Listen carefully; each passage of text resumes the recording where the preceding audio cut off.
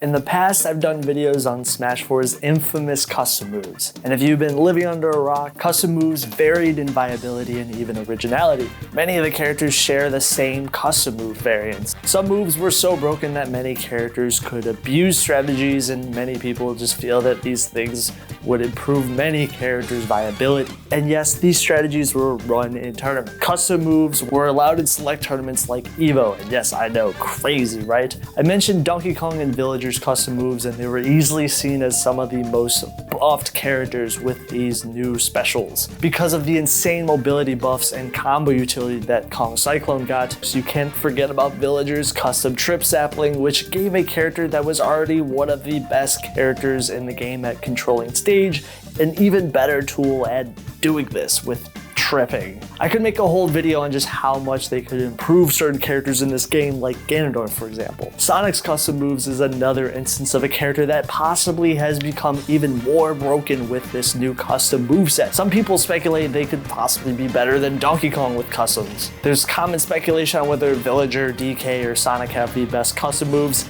I'll leave you be the judge, but I'm definitely a fan of Wind Kong here. I always knew Sonic had potential with customs. It's an iteration of the character where he was given strong damage and combo potential, but in Smash 4 he was actually given notable KO options like his back throw. Didn't reach his peak as a camper in this game. It's just down to the fact that this style of play wasn't really pushed as much as it would be in Smash Ultimate. Sonic's Stomp, instead of a homing attack, instead of homing onto the opponent, Sonic will go straight and deal consistent damage, and this move will even meteor smash opponents. And it resembles the attack of the same name that debuted in Sonic Unleashed. Surprise Attack is a faster variant that deals consistent damage. It does not home onto the opponent, but Sonic will launch up instead of down, and the move is actually a surprise attack. It's a faster iteration that deals consistent damage. It does make it a possible recovery tool because of the angle change. It does have less knockback and range though, and obviously having more end lag. Burning Spin Dash, it deals more damage and has a cool little flame effect, but it lacks the short hop, and any move out of it is considerably lower.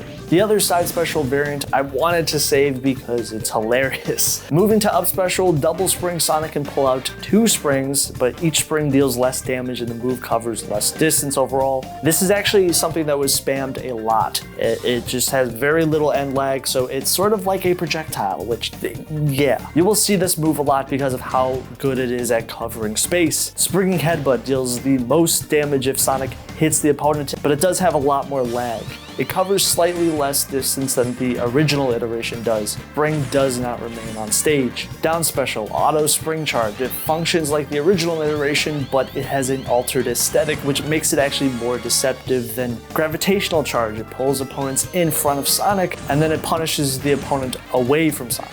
But going back to the most broken special that Sonic had, and it was Hammer Spin Dash. Sonic quickly hops in the air, and the short hop at the beginning is higher, and the descent of the hop's arc is capable of burying the opponents. However, it has a late hitbox that deals less damage, so it essentially was a weaker iteration compared to the base version. First of all, this move was super easy to spam. It was essentially a neutral tool for Sonic, and it was very likely to see this while using custom Sonic sets. You'll regularly enjoy this move being used. It was spammed a lot. It was that silly. It is a more mobile iteration of Spin Dash, so it's even harder to hit Sonic while he's using the move, and it shows the strength of its utility. You can just use the move over and over and over again because of just how buffed this tool was for the character, and it gave Sonic improved mobility, who already had an incredible amount of speed in this game. On the other hand, this move puts Sonic in the Z-axis, which means that, yeah, he's intangible. This means attacks have no effect while doing this move, which makes it extremely difficult to challenge. This usually is reserved for a few moves that are in the game to have. The custom is considered one of the best neutral options in the game because you're essentially strapping on a move that comes extremely handy and extremely quick on a character that is already known for having a lot of this going on in their moveset.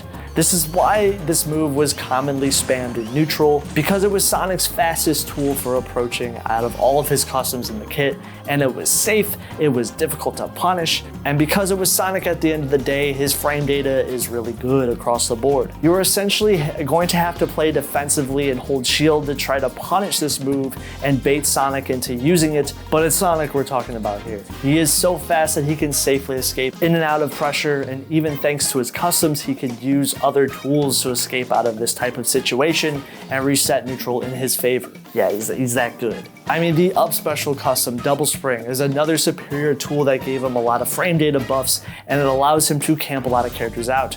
Even his superior frame data is better than most of the characters in this game.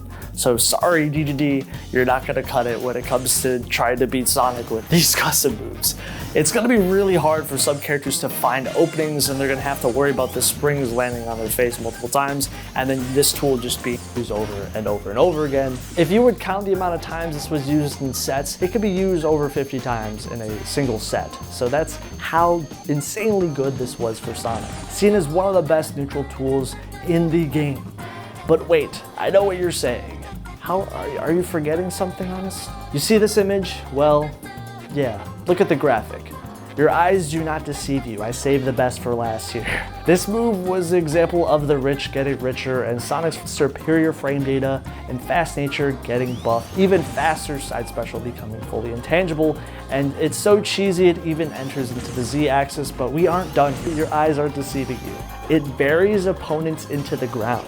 If this move couldn't be broken enough, yes, I know, right? It's essentially you're going to have to watch out for this move if you're on the ground, punish you for just standing there. Oops, sorry, yeah, the floor is lava in this matchup. But also it gives Sonic a free punishment tool at high percents because it buries you into the ground. If you're at a very high percent, you'll be buried for a longer period of time, and this can allow for Sonic to freely kill you, where Sonic can punish characters with the bury and then finish them off with one of his smash attacks. And you can try to mash out of this and escape out of the bury animation, but it's a lot harder to do that in Smash 4, and Sonic can track you down because of his superior speed, which is why this is giving crazy custom moves just to a character that is already really good. I don't understand the balance here, but nobody does.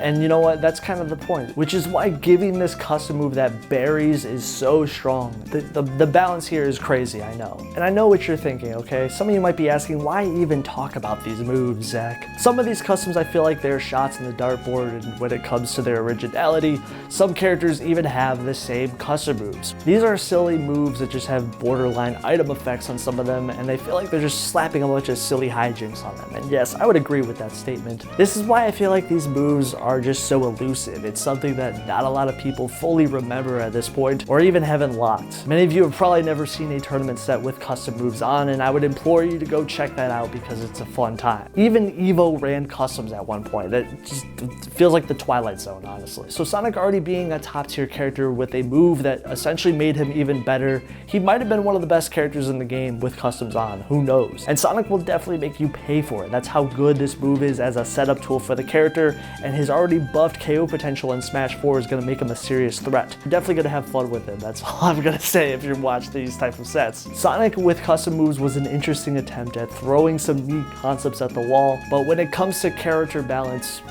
not so much. But this affected many tournament matches with customs. Very common to see hammer spin dash and even things like double spring for extra elements of camping, but when it comes to character balance, yeah, not so much. This affected many tournament matches with custom Sonic, to the point where it was common to see people just camp with hammer spin dash and even double spring for extra elements of defensive play.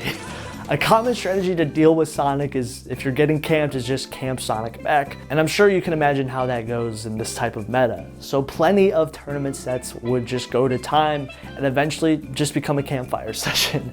As yes, you thought Sonic was camping in Ultimate really hard? Imagine him in this game. If the custom meta extended longer and you just strap these moves on his moveset, yeah, he would be a very difficult character to try to run the clock against. And I guess you could say Sonic could zone with his springs now, and I don't think I would ever say a sentence where Sonic could actually zone with something now, but that's the level of craziness we're dealing with here. Again, customs are silly, but I love talking about them. They're never coming back in any sequel game, so enjoy the madness. And I hope you guys never actually tried to unlock these moves. I don't wish that even on my worst enemies. Anyways, thank you guys for watching the video. There's a Patreon down below if you guys want to get the content early. There's a Discord and an Instagram down below if you guys want to check those out.